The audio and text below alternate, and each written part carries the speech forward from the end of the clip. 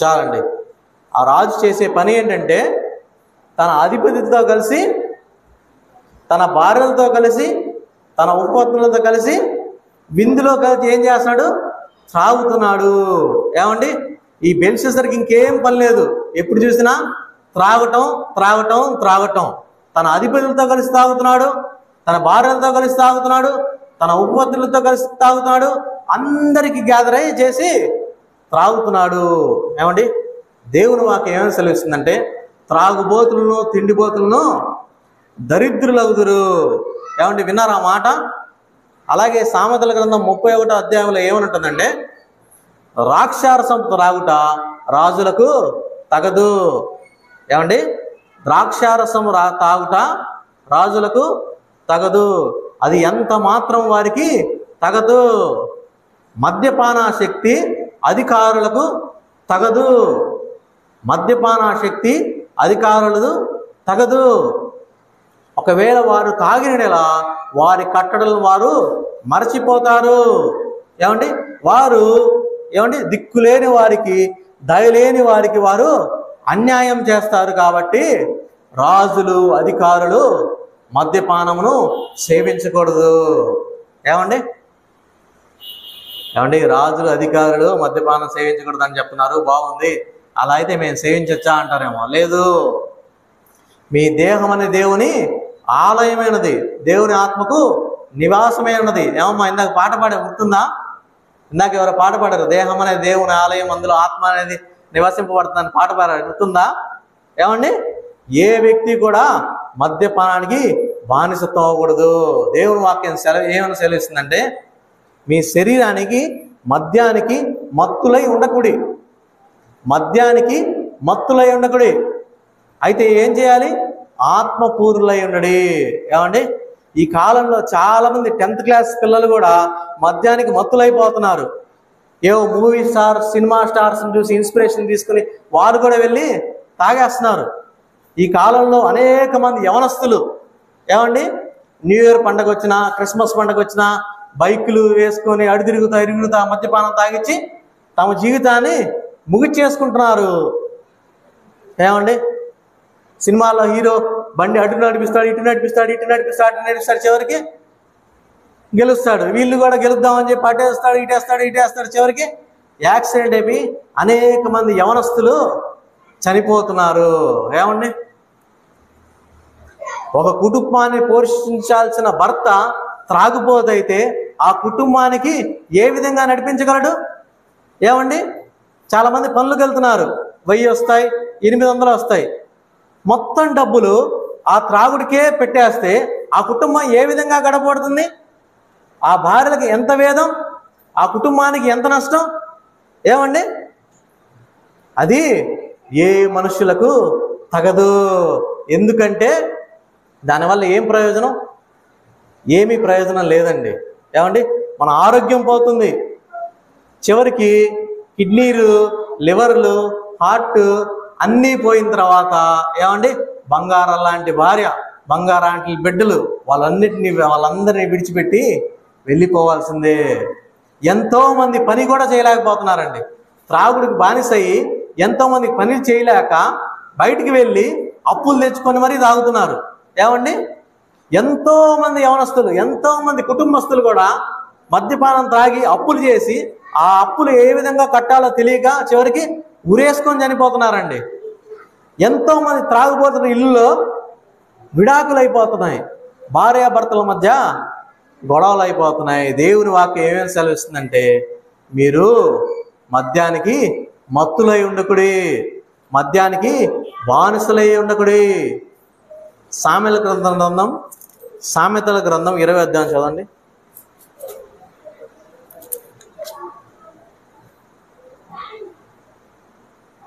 1వ వచనం చదవండి.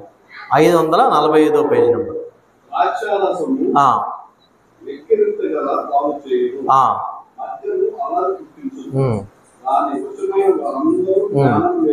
ద్రాక్షారసము వెక్కిరింత పాలు చేయును, మద్యము అల్లరి పుట్టించును, దాని వశమైన వారందరూ జ్ఞానము లేని వారు. ఏమండి, వారు ఎంత పెద్ద చదువుకున్నా కానీ, ఎంత మంచి పొజిషన్లో కానీ వారు జ్ఞానము లేని వారు. ద్రాక్షారసం ఏం చేస్తుందంట? వెక్కిరింతల పాలు చేస్తుందంట. మద్యపానం సేవించే వ్యక్తి త్రాగినప్పుడంట ఫస్ట్ అంట కోతిలాగా ప్రవర్తిస్తాడంట.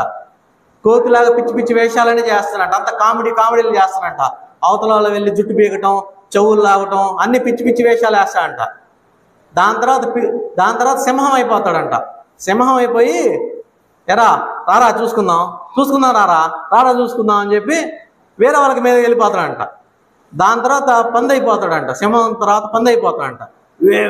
అని చెప్పి వాంతికి చేసుకుంటాడంట. వాంతికి చేసుకొని ఆ వాంతిలోనే పడుకుంటాడంట.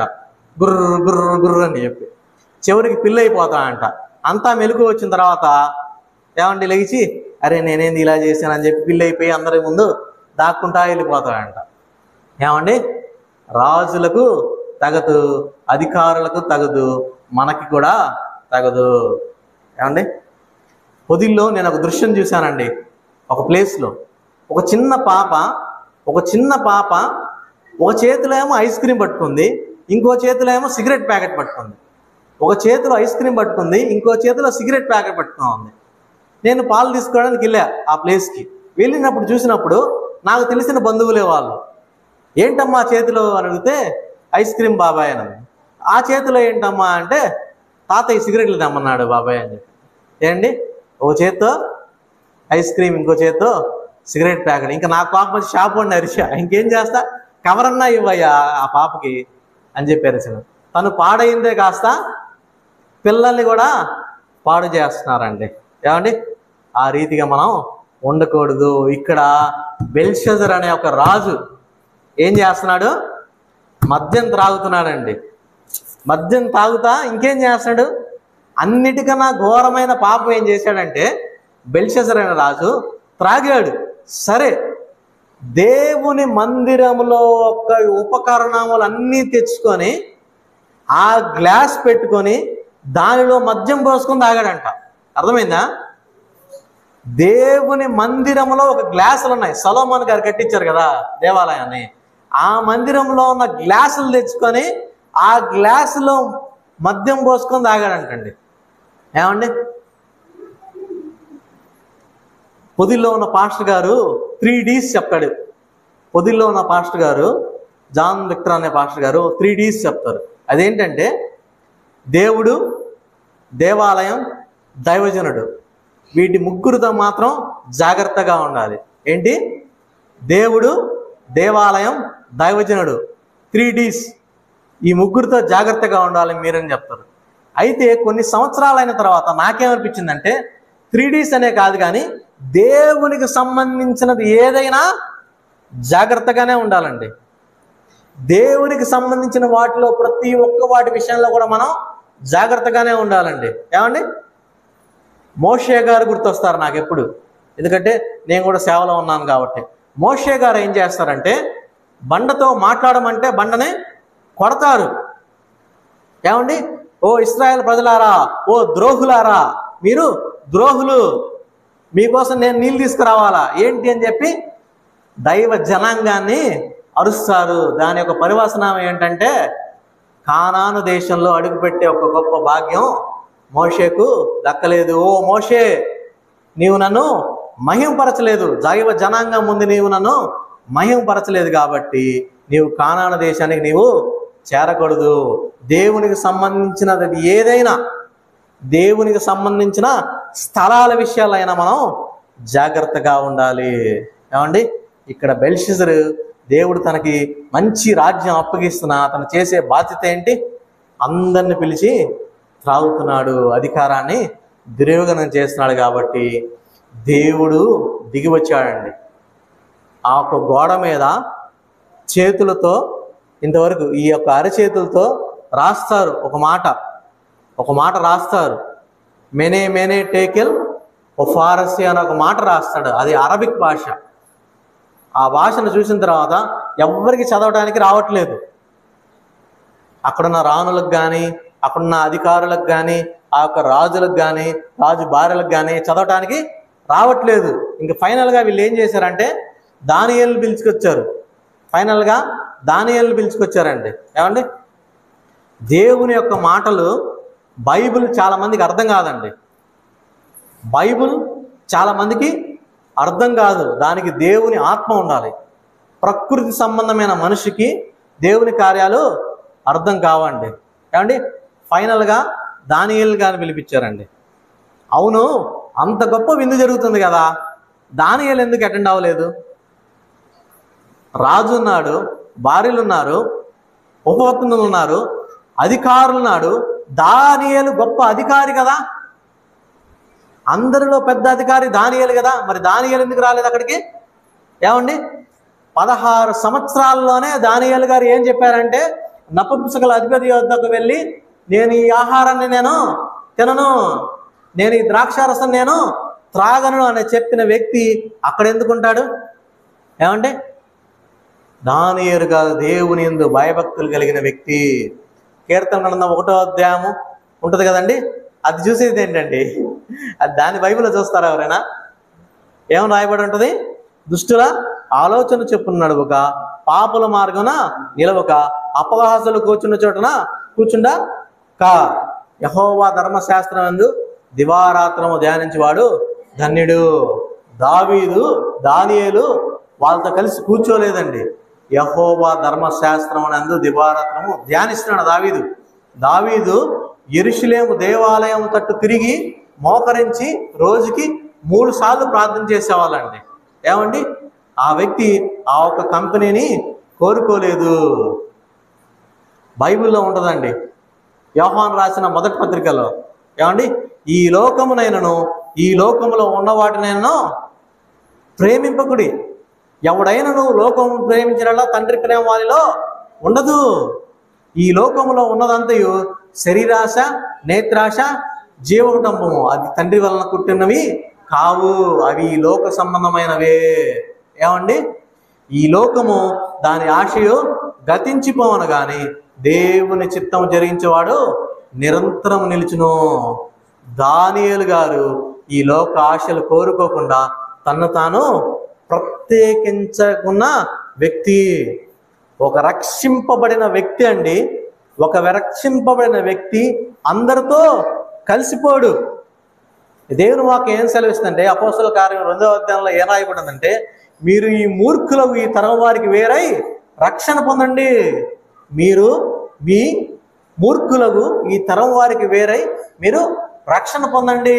ఏమండి, సినిమా హాల్లో చాలా మంది ఉంటారు. మనం ఎక్కడ ఉండాలి? దేవుని బిడ్డల సహవాసంలో ఉండాలి, దేవుని మందిరాల్లో ఉండాలి. చాలా మంది స్త్రీలు పురుషుని వెనకాల పడుతుంటారు, చాలా మంది పురుషులు స్త్రీల వెనకాల పడుతుంటారు. అయితే మనం ఎవరు వెనకాల పడాలి? యేసు ప్రభు వెనకాల పడాలి, ఆయన మనం వెంబడించాలి. ఏమండి, చాలా మంది ఏవంటే అవి తినేస్తుంటారు, చాలా మంది ఏవంటే అవి త్రాగేస్తుంటారు. కానీ మనమేమి తినాలి, మనమేమి త్రాగాలి? ఏమండి, మనం ప్రభు బలిలో పాల్గొంటున్నాం కదా. దేవుడు మనకి ఏం ఆజ్ఞ ఇచ్చాడంటే, ఈ రొట్టెను ఈ ద్రాక్షారసము అంటే నా శరీరము నా రక్తము త్రాగువాడే నిత్య జీవము గలగవాడు, అంత్య దినమున నేను వానిని లేపుదును. ఏమండి, మనం ఎప్పుడు కూడా ఈ లోకంలో కలిసిపోకూడదు, సపరేట్గా ప్రత్యేకింపబడిన వ్యక్తిగా ఉండాలి. మీరు ఈ లోకమునకు వెలుగై ఉన్నారు, మీరు ఈ లోకమునకు ఉప్పై ఉన్నారు. ఏమండి, దానియేలు ఆ కంపెనీని కోరుకోలేదు. ఫైనల్గా దానియేలు గారు వచ్చి చదివి ఉన్నారండి, ఆ ఒక్క మాటలు చదివి ఉన్నారు. ఏమని రాశారండి దాని మీద? మెనే టెకిల్ ఓ ఫారసీ. ఏమండి, అది ఒక శిక్షకు గుర్తు అండి, అది శిక్షకు గుర్తు. సాధారణంగా దేవుడు ఏం చెప్తాడండి? నా అరచేతుల్లో నిన్ను చెక్కి ఉన్నాను, నీవు నా సొత్తు అని రాశాడు. అక్కడ రాయబడలేదు భయపడకము, నీతి అనానంద దక్షమ హస్తంతో నేను నిన్ను ఆదుకుందని రాశాడా? లేదు. ఏమండి, చేయి పట్టుకొని నేను నిన్ను నడిపిస్తానని రాశాడా? లేదు. అక్కడ ఏం రాయబడిందంటే మెనే టేకిల్ ఫారసీ. ఏమండి, దానియేలు గారికి వచ్చి బెల్షెజర్ అనే రాజుతో ఏం మాట్లాడుతున్నాడో చూద్దాం. చూడండి, 5వ అధ్యాయము 22వ వచనం చదవండి.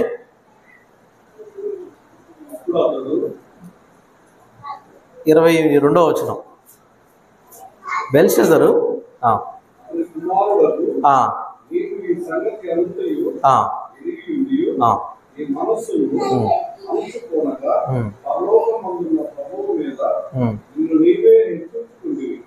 ఏమండి, చాలండి. నీ మనస్సుని అణుచుకొనక పరలోకమందున్న ప్రభువు మీద నిన్ను నీవే హెచ్చించుకుంటివి. ఏమండి, దేవుని కన్నా తన్ను తాను హెచ్చించుకున్నాడు. అపవాది ఎప్పుడు కూడా దేవుని కన్నా తనను తాను హెచ్చించుకుంటాడు. అపవాది ఎప్పుడు కూడా దేవుని కన్నా హెచ్చించుకుంటాడు.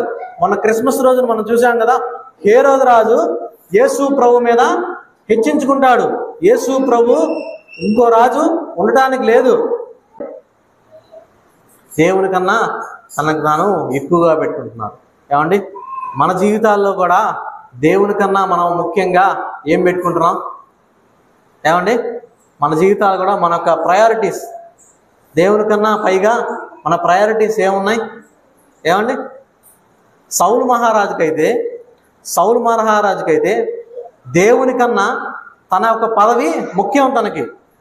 సౌలు మహారాజుకి దేవుని కన్నా తన పదవి అనేది తనకి ముఖ్యం. ఇస్కరియోతు యూదా గారికి దేవుని కన్నా తన యొక్క డబ్బు తనకి ముఖ్యం. ఏమండి, ఇక్కడ మీరు అనేక మంది ఉన్నారు. మీకు దేవుని కన్నా ఏది ముఖ్యం? కొంతమందికి దేవుని కన్నా పనులు ముఖ్యం, కొంతమందికి దేవుని కన్నా వ్యాపారాలు ముఖ్యం. ఏమండి, ఉద్యోగం సాధారణంగా ఎంతసేపు చేస్తారండి? ఒక వ్యక్తి పని ఎంతసేపు చేస్తాడు? ఒక వ్యక్తి 8 గంటలు చేస్తారు, కొంతమంది 12 గంటలు చేస్తారు. ఏమండి, వింటున్నారా? ఎప్పుడైనా కానీ మన జీవితంలో 8 గంటలు బైబిల్ ఎప్పుడైనా చదువుకున్నామా? 8 గంటలు ప్రార్థన ఎప్పుడైనా చేసుకున్నామా? ఏమండి, 8 గంటల దేవుని సన్నిధిలో ఎప్పుడైనా గడిపామా? ఏమండి, కనీసం 5 గంటలైనా దేవుని సన్నిధిలో ఎప్పుడైనా గడిపామా? మన యొక్క ప్రయారిటీస్ ఏంటి? మనకి ఏది ముఖ్యం? దేవుని కన్నా ముందు మనం ఏమన్నా పరిగెడుతున్నామేమో, దేవుని కన్నా అధికంగా మనం ఏమో పరిగెడుతున్నామేమో. కొన్నిసార్లు నాకు భయం వేస్తుంటుంది. ఏమండి, సేవకులమైన మేము ఏమని ప్రార్థన చేస్తాం? నన్ను మీ సిలువ చాటున మరుగుపరిచి నన్ను వాడుకోయా అంటున్నాం. ఈ కాలంలో సిలువలు వెనకంటున్నాయండి. ఏమండి, సిలువలు మరుగైపోతుంటాయి. దేవుని సేవకులు అనేక మంది వచ్చి సిలువను వెనక పెట్టేసి వారికి వాళ్ళు ముందు చూస్తున్నారండి. ఏమండి, సంఘ పెద్దలు అనేక మంది వచ్చి సిలువని వెనకాల పెట్టేసి తమను తాము హెచ్చించుకుంటున్నారండి. ఏమండి, ఇక్కడ బెల్షెజర్ అనే రాజు చేసింది కూడా అదే. దేవుని కన్నా తనను తాను హెచ్చించుకున్నాడు. అదే రీతిగా తర్వాత చదవండి, 23వ వచనం ఆఖరిలో ఉంది, చదువుతున్నా వినండి. నీ ప్రాణమును నీ సకల మార్గములను ఏ దేవుని వశంలో ఉన్నావో ఆయన నీవు ఘనపరచలేదు.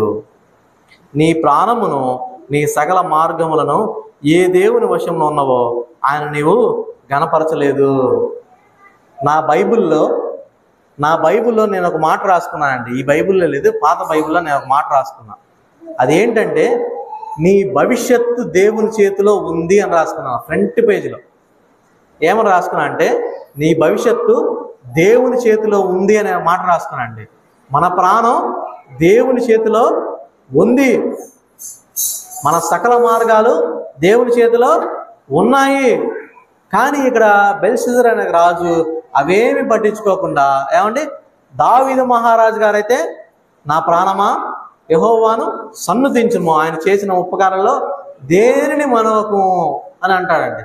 కానీ ఈ రాజు ఏం చెప్తున్నా అంటే, నా ప్రాణమా తినుము, తాగుము, సుఖించుము, ధరించుకొనుము, త్రాగుము, విందులు చేయము, సంతోషించము అంటున్నాడు. కానీ దేవుణ్ణి ఎక్కడ కూడా ఘనపరచట్లేదు.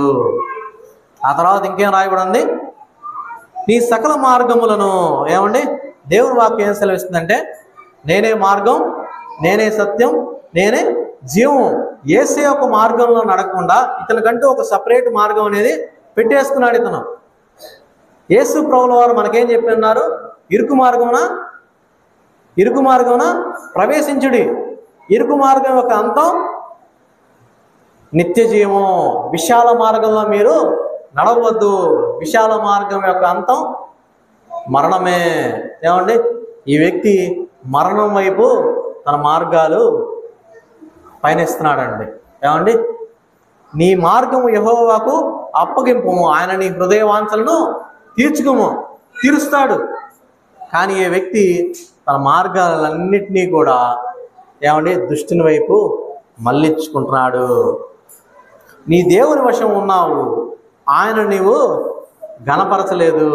అండి, మన శరీరంతో దేవుని మనం ఏం చేయాలి? ఘనపరచాలి. ఈ కాలంలో ఒక ట్రెండ్ వచ్చేసిందండి. ఈ కాలంలో ఒక ట్రెండ్ వచ్చేసింది. అదేంటంటే నా ఇష్టం అనే ట్రెండ్. ఏంటి?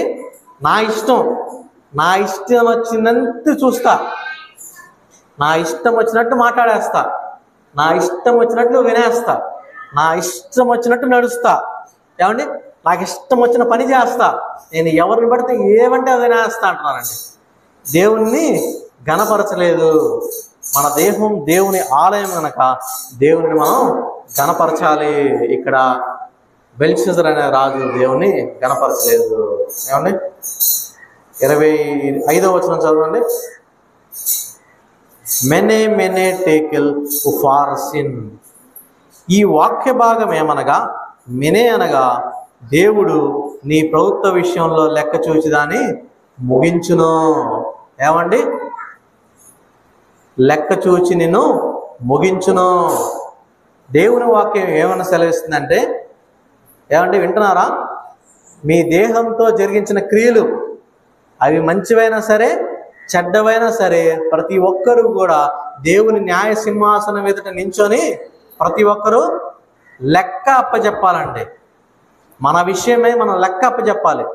మనకిచ్చిన సమయాన్ని బట్టి మనం లెక్క అప్పచెప్పాలి. మనకిచ్చిన జ్ఞానాన్ని బట్టి మనం లెక్క అప్పచెప్పాలి. మనకిచ్చిన సామర్థ్యాలను బట్టి మనం లెక్క అప్పచెప్పాలి. మనకిచ్చిన ఆరోగ్యాన్ని బట్టి ఆయుష్ని బట్టి మనం లెక్క అప్పచెప్పాలి. దైవ సేవకులు దేని విషయమే లెక్క చెప్పాలి? విశ్వాసుల విషయమే దేవునికి లెక్క చెప్పాలి. విశ్వాసులు దేవుని యొక్క సేవకుల విషయమై లెక్క అప్పచెప్పాలి. ఒక టీచరు తమ విద్యార్థుల విషయమై దేవునికి లెక్క అప్పచెప్పాలి. ఒక మంచి పదవిలో ఉన్న రాజు లేక చీఫ్ మినిస్టర్ అయినా ప్రైమ్ మినిస్టర్ అయినా తనకు దేశాన్ని గురించి దేవునికి లెక్క అప్పచెప్పాలి. ఒక కలెక్టరు ఏమండి ఆ జిల్లా యొక్క విషయాల విషయమై దేవునికి లెక్క అప్పచెప్పాలి. ప్రతి ఒక్కరికి ఒక బాధ్యత ఉన్నది. ఏమండి, దేవుడు మన లెక్కలన్నిటినీ చూస్తున్నాడు. ఇక్కడ బెల్షస్సర్ అనే రాజుని చూచి నీ లెక్కను చూచి నేను ముగిస్తా అంటున్నాడండి. మనం అదే రీతిగా మన పొరుగు వారి విషయం కూడా లెక్క అప్పచెప్పాలండి. ఏమండి, మన పొరుగు వారి విషయం కూడా మనం లెక్క అప్పచెప్పాలి. నీ పొరుగు వారి విషయమే నీకు ఏముండి అకౌంటబిలిటీ ఉందండి. మనకి నాకు దాహం వేస్తే నీవు దాహం వేయలేదు, నాకు వస్త్రం లేకపోతే నీవు వస్త్రం ఇవ్వలేదు, నేను ఆకలి కనుక నీవు ఆహారం ఇవ్వలేదు, నాకు ఆర్థిక ఇబ్బందులు వస్తే నీవు నాకు సహాయం చేయలేదు. ఏంటి అని చెప్పి దేవుడు ప్రతి ఒక్కరిని లెక్క అడుగుతాడండి. మన పొరుగు వాని విషయంలో దేవుడు మన లెక్క అడుగుతాడు. ఒకవేళ లెక్క కనుక తప్పితే దేవుడు మనల్ని ముగిచ్చేస్తాడు. ఏమండి, ప్రసంగి గ్రంథంలో ఏమని రాయబడి ఉంటుంది? యవనుడా, ఓ యవనుడా, నీ యవన కాలమందు సంతోషించుము, నీ యవన కాలమందు ఆనందించుము, నీ కోరిక చెప్పున నీ ఇష్టము చెప్పున ప్రార్థించుము. అయితే వీటన్నిటిని విషయమై నీవు దేవునికి లెక్క అప్పచెప్పాలి. ఏమండి, యవన కాలంలో ఎలా పడితే అలా ఉండడానికి వీలు లేదు. మన కుటుంబం విషయం మనం లెక్క అప్పచెప్పాలి. ఏమండి, భార్య విషయమే లెక్క అప్పచెప్పాలి, కుటుంబంలో భర్త విషయమే లెక్క అప్పచెప్పాలి, పిల్లల విషయమే లెక్క చెప్పాలి, తమ్ముడి విషయమే లెక్క అప్పచెప్పాలి. కయీను గారిని దేవుడనే యెహోవా అడుగుతాడు. కయీను నీ తమ్ముడు ఏడి అని చెప్తే, ఏమో నాకేం తెలుసు, నన్ను అడుగుతావేంటి, నా తమ్ముడికి నేనేమన్నా కావలి వాడినా? అవును, నీవు నీ తమ్ముడి విషయమై లెక్కప్ప చెప్పాలి అని దేవుని మాకు సెలవిస్తుంది. ఏమండి, మన విషయంలో మనం లెక్కప్ప చెప్పాలి, మన పొరుగు వాని విషయంలో లెక్కప్ప చెప్పాలి, మన కుటుంబం విషయంలో మనం లెక్కలు చెప్పాల్సిందే. లేకపోతే మన లెక్క దేవుడు చూసి ముగించేస్తాడని దేవుని వాక్యం సెలవిస్తుందండి. ఏమండి, దేవుని యొద్ద మీ లెక్కలు జాగ్రత్తగా పెట్టుకోండి. ఏమండి, దేవుని యొద్ద మన లెక్కలు ఎలా ఉండాలి? జాగ్రత్తగా ఉండాలి. అవి సరిగ్గా ఉంటేనే మన జీవిత యాత్ర నీరులోకి చక్కగా కొనసాగించవచ్చు. ఏమండి, లేకపోతే దేవుని కోపం వచ్చి ఏం చేస్తాడో మనకే తెలియదండి. ఏమండి, మన లెక్కలు నీరులోకి వెళ్ళకముందే జాగ్రత్తగా చూసుకుందాం. అదే రీతిగా టెకేల్ అనగా ఆయన త్రాసులో తూచుగా నీవు తక్కువగా కనబడితివి. టెకేల్ అనగా నీవు త్రాసులో చూచుగా నీవు తక్కువగా కనబడితివి. ఏమండి, తక్కువగా కనపడేది ఏంటి? ఏమండి, బెల్షస్సర్ రాజు తక్కువగా కనపడేది ఏంటి? ఆయన one of the top most king అన్నమాట. ఆయన గొప్ప రాజు, మంచి మంచి వస్త్రాలు వేసుకుంటాడు. ఏమండి, గొప్ప గొప్ప అధికారులు ఉన్నారు ఆయన రాజ్యంలో. గొప్ప గొప్ప సైన్యం ఉంది, గొప్ప సైన్యం ఉంది, బాగా డబ్బులు ఉన్నాయి, గొప్ప బంగారం ఉంది, మంచి వెండి ఉంది. అయినా కూడా తక్కువగా కనిపిస్తున్నాడండి. ఏమండి, మనం ఎంత పెద్ద ఉద్యోగం చేసినా, ఎంత డబ్బులున్నా, ఎంత బంగారం ఉన్నా దేవుని దృష్టిలో మనం తక్కువ వారమే. ఏమండి, మీరు ఎప్పుడైనా త్రాసు చూసారా? త్రాసు కామన్ బ్యాలెన్స్ అంటారు ఇంగ్లీష్లో, తక్కెడ అంటారు తెలుగులో. తక్కెడ ఇట్లా పట్టుకున్నప్పుడు రాళ్ళు ఉంటాయి, 1/4 కేజీ రాళ్ళు, 100 గ్రాముల రాళ్ళు, 500 గ్రాముల రాళ్ళు, కేజీ రాళ్ళు. ఆ తక్కెడలో ఇట్లా దేవుడు పట్టుకున్నప్పుడు ఒక సైడ్ 10 ఆజ్ఞలు, ఇంకో సైడ్ మనల్ని పెడితే ఆ 10 ఆజ్ఞలు ఏ విధంగా తక్కెడ ఏ విధంగా ఉంటుందండి మన జీవితాల్లో? మీరు ఊహించుకోండి. 10 ఆజ్ఞలు ఒకవైపు, మనం ఒక సైడ్ మనం ఉంటే ఏ విధంగా ఉంటుంది? మనం తేలికైపోతామా? ఇక్కడ బెల్షస్సర్ తేలికైపోతున్నాడంట. ఏమండి, ఒకవైపు బైబుల్, ఒకవైపు దేవుని మాటలు, ఒకవైపు మనం నించుంటే ఏమండి మనం తేలికైపోతున్నామా లేకపోతే నించుంటున్నామా? ఏమండి, నీతిమంతుల యొక్క వేరు కదలదు, అది బలంగా ఉంటుంది. భక్తిహీనుల వేరు చెదిరిపోతుంది. దుష్టులు గాలికి చెట్టు, గాలికి ఎగురు పొట్టు వలె ఉంటారండి. నీతిమంతుల వేరు కదలదు, ఎందుకంటే నీతిమంతుడు విశ్వాసం మూలంగా జీవిస్తాడు కాబట్టి. పోయినసారి మనం చెప్పుకున్నాం కదా, 10 ఆజ్ఞలు బైబుల్ని ఒక సాధారణమైన వ్యక్తి పాటించలేడు. ఒక కామన్ మ్యాన్ బైబుల్ని పాటించలేడు. అతనికి ఒక మంచి శక్తి కావాలి. ఆ ఒక్క శక్తినిచ్చేది కేవలం యేసు ప్రభువు మాత్రమే. ఏమండి, మీరింకా ఒకవేళ రక్షింపబడకపోతే, మీరింకా ఒకవేళ బాప్తిసం తీసుకోకపోతే, న్యూయార్క్ వెళ్ళక ముందే దేవుని చిత్తమైతే ఒకవేళ సిద్ధపడండి. ఏమండి, ఆ తక్కడలో మనం సరిగ్గా తూగాలి, తేలిక అవ్వకూడదు. తేలిక అయిపోతే ఏం జరిగింది? దేవుడు తీసేసి ప్రక్కన పెట్టేస్తాడండి. మనం కానీ ఆ తక్కెడలో సరిగ్గా తోలకపోతే దేవుడు తీసేసి పక్కన పెట్టేస్తాడండి. చూడండి ఏం జరుగుతుందో. ఫెరేస్ అనగా 27వ వచనం, ఫెరేస్ అనగా నీ రాజ్యము నీ యొద్ద నుండి విభాగింపబడి మాదీయులకు పారసీకులకు ఇయ్యబడును. ఏమండి, అక్కడ ఏమని రాయబడిందంటే, నువ్వు ఇంక పనికిరావు, నువ్వు పక్కకి వెళ్ళిపో అని చెప్తానండి దేవుడు. సౌలు రాజుతో దేవుడైన యెహోవా చెప్తాడు, నీవు నా ఆజ్ఞలు పాటించట్లేదు, నేను నీ తర్వాత ఇంకొక రాజుని నేను ఎన్నుకుంటున్నాను, నువ్వు పక్కకి వెళ్ళిపో అని చెప్తాడండి. దేవుడు వాక్యం ఏం సెలవిస్తుందంటే, నేను యాకోబును ప్రేమించి తిని ఏశావును ద్వేషించి తిని. ఏశావును దేవుడు పక్కన పెట్టేశాడండి.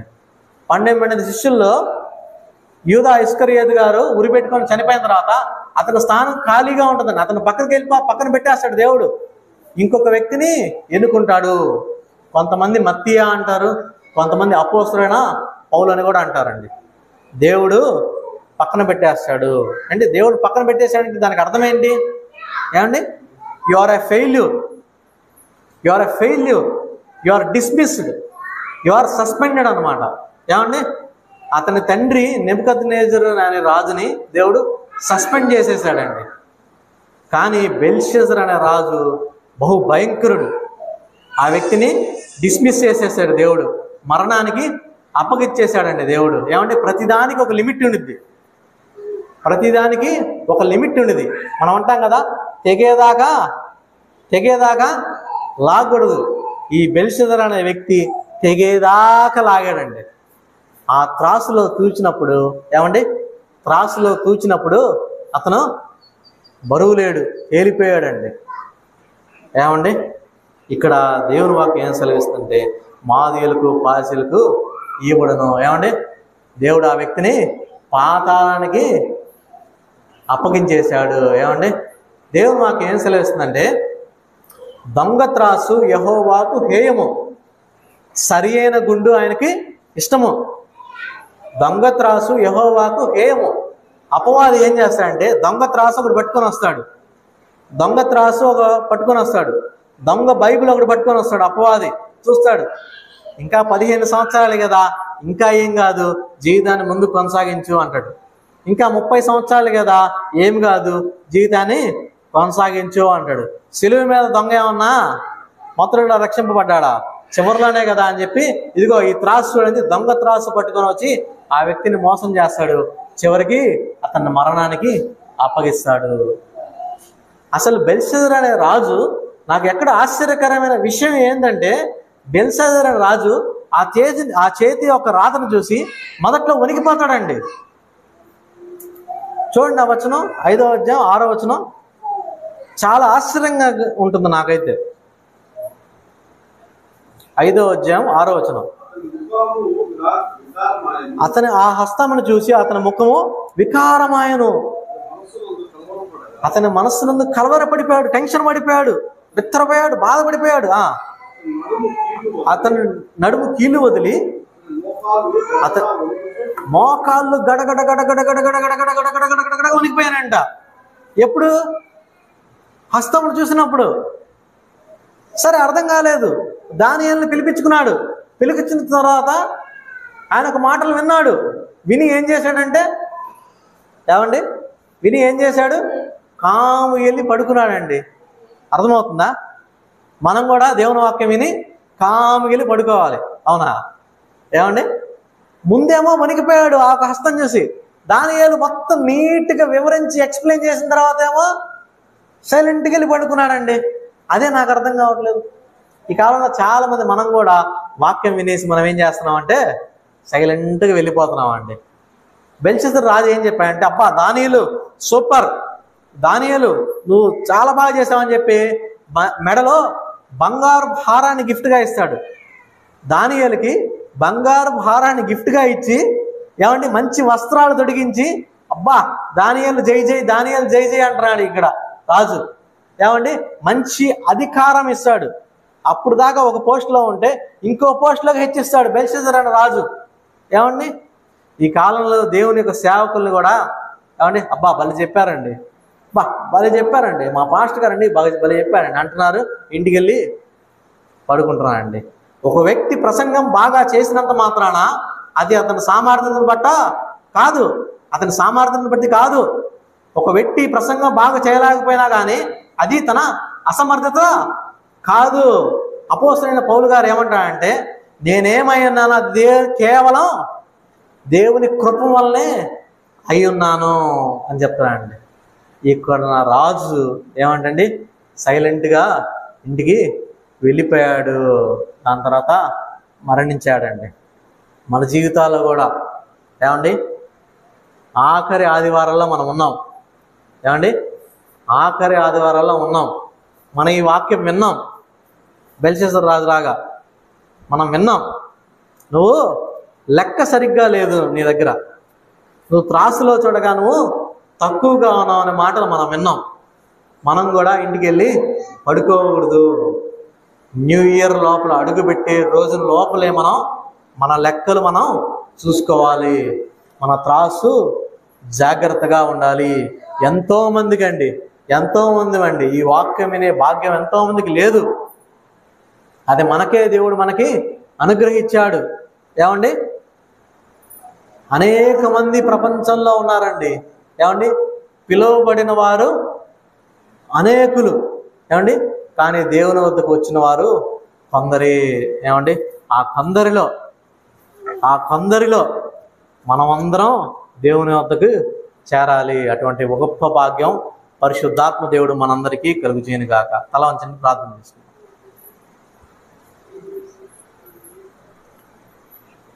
మమ్మల్ని మిక్కిలిగా ప్రేమించిన మా ప్రియ పరలోక తండ్రి, వందనాలు, స్తోత్రాలు ప్రభా. ఇదేనా మీరు ఇచ్చిన శ్రేష్టమైన సమయాన్ని బట్టి వందనాలు, స్తోత్రాలు ప్రభా. ఇదేనా ఈ ఆఖరి ఆదివారంలో ప్రభా మమ్మల్ని సజీవంగా ప్రభా ఉంచిన విధానం బట్టి వందనాలు, స్తోత్రాలు ప్రభా. ఇదేనా బెల్షెదర్ అనే రాజుని ప్రభా మనం చూస్తున్నాం ప్రభా. ఆయన మీరు ఇచ్చిన అధికారాన్ని ప్రభా ఆయన ఉపయోగించకుండా ప్రభా ఎప్పుడు చూసినా ప్రభా త్రాగుడు విందులే ప్రభా. అనేక మంది ప్రభా అనేక మంది త్రాగుడు బానిసలు అవుతున్నారు ప్రభా. మీరు పొందిన దెబ్బల చేత స్వస్థత ఉన్నది కనుక తండ్రి, మీరు పొందిన దెబ్బల చేత విడుదల ఉన్నది కనుక తండ్రి, నజరేయుడైన యేసుక్రీస్తు నామమున తండ్రి ప్రతి తాగుబడిన యేసు నామమున విడుదల దయచేదురుగా కనుక వేడుకుంటున్నాము తండ్రి. అదే రీతిగా అయ్యా బెల్షెదర్ ఒక లెక్క చూచినప్పుడు ప్రభా తక్కువగా కనిపించాడు ప్రభా, చాలా చిన్నగా కనిపించాడు ప్రభా, అసలు ఏమి లేనివాడిగా కనిపించాడు ప్రభా. మేము కూడా ప్రభా ఇదిగా ఏమి లేనివారిగా కనిపించకూడదు ప్రభా. ఏమి లేనివారిగా కనిపించకూడదు ప్రభా. మా లెక్కలు ప్రభా మీ దృష్టికి కరెక్ట్గా ఉండాలి ప్రభా.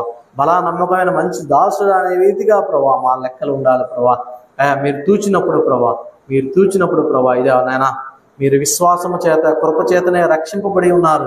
ఇది కేవలం దేవుని వరమే అన్నట్లు ప్రభా మీ కృప ద్వారా ప్రభా ప్రతి ఒక్కరమైన మేము ప్రభా మీ కృప సాన్నిధిని చేరి వచ్చి ప్రభా ప్రతి ఒక్కరం ప్రభా మీ పరలోక రాజ్య వారసులుగా ప్రభా మేమందరం చేరుటకు సహాయించడం. ఏ ఒక్కరూ ప్రభా నశించక ప్రభా నిత్యజీవం పొందులాగా మీరే సహాయం చేసి కృపను కనికరించగా వేడుకుంటూ ఇదిగా మీరు ఇస్తున్న నూతన సంవత్సరం బట్టి వందనాలు, స్తోత్రాలు ప్రభా. ముందు కొనసాగించుకుంటా ప్రభా మా ఆధ్యాత్మిక జీవితంలో, మన శారీరక జీవితంలో, మా యొక్క మానసిక జీవితాల ప్రభా మీరు తోడేడుగా ఉండి నడిపించుదురుగా వేడుకుంటూ నజరేయుడైన యేసుక్రీస్తు నామమున మిక్కిలి వినయంగా వేడుకుంటున్నాము తండ్రి. ఆమేన్. అందరికీ వందనాలండి.